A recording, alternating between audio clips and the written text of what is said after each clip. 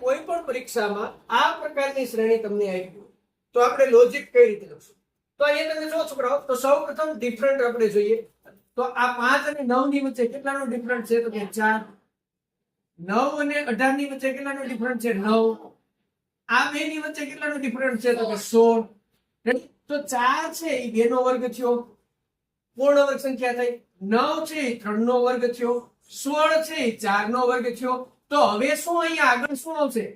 પૂર્ણ વર્ગ છે, 2 નો વર્ગ 4, 3 નો વર્ગ 9, 4 નો વર્ગ 16. તો હવે અહીંયા શું આવશે? 25 પૂર્ણ વર્ગ સંખ્યા. તો 25 કોણ છે? તો 5 નો વર્ગ. આપણે જોઈએ તો 34 માં 25 નાખીએ તો આપણો જવાબ સાચો શું આવે છે? 59. તો વિકલ્પ શું આવશે? ડી, 59. પછી આપણે ચેક કરીએ તો 6 નો વર્ગ શું થશે? 36. બરાબર. તો આપણે 59 માં 36 નાખીએ તો 95 મળી જવા જોઈએ. તો 5 બરાબર 8 ને 1 9 મળી જાય છે. તો આપણી આ શ્રેણી કેવી છે? સાચી.